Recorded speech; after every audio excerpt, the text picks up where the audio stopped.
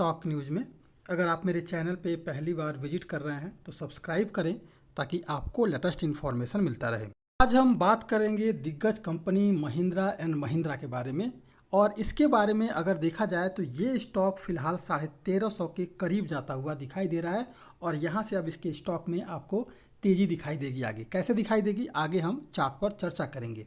इससे पहले अगर देखा जाए तो आज के ट्रेडिंग सेशन में इस स्टॉक ने लगभग 2.5% तक की तेज़ी दिखाई है और इसके अलावा पिछले 5 दिनों में इस स्टॉक ने लगभग 12%, एक महीने की बात करें तो एक महीने में इस स्टॉक ने लगभग 11.5%, 6 महीने की बात की जाए तो लगभग 33% और पिछले एक साल की बात करें तो लगभग जो इस स्टॉक ने 42% तक का रिटर्न दिया है। और अब जो है यहाँ से इसके स्टॉक में आपको और भी तेज़ी दिखाई दे सकती है। इसके पीछे का रीज़न ये है कि आप यहीं देखें, ये स्टॉक लगभग जो है ब्रेक कर चुका है अपने ऑल टाइम हाई को और आगे इसके स्टॉक में अब आपको तेज़ी दिखाई दे सकती है।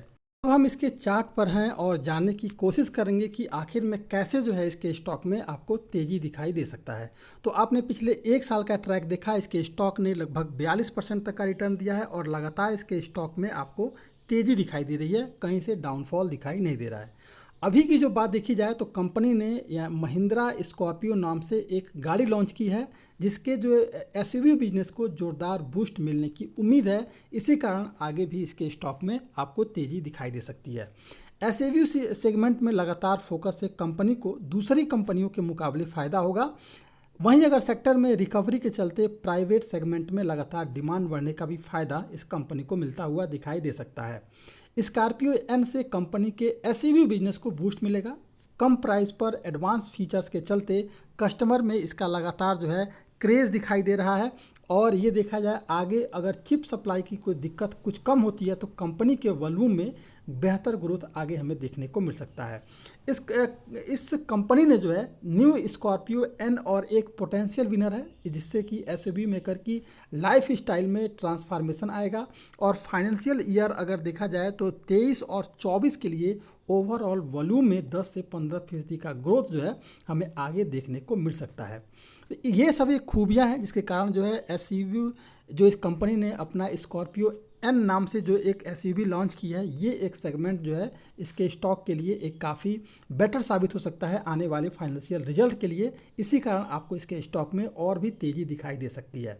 अब अगर बात की जाए कि स्कॉर्पियो एन जो इस महिंद्रा एंड महिंद्रा कंपनी ने जो लॉन्च किया है इसकी खूबियों के बारे में बात करें तो महिंद्रा एंड महिंद्रा की तरफ से जो लॉन्च की गई है स्कॉर्पियो एन, तो big daddy of SUV nickname इसका दिया गया है।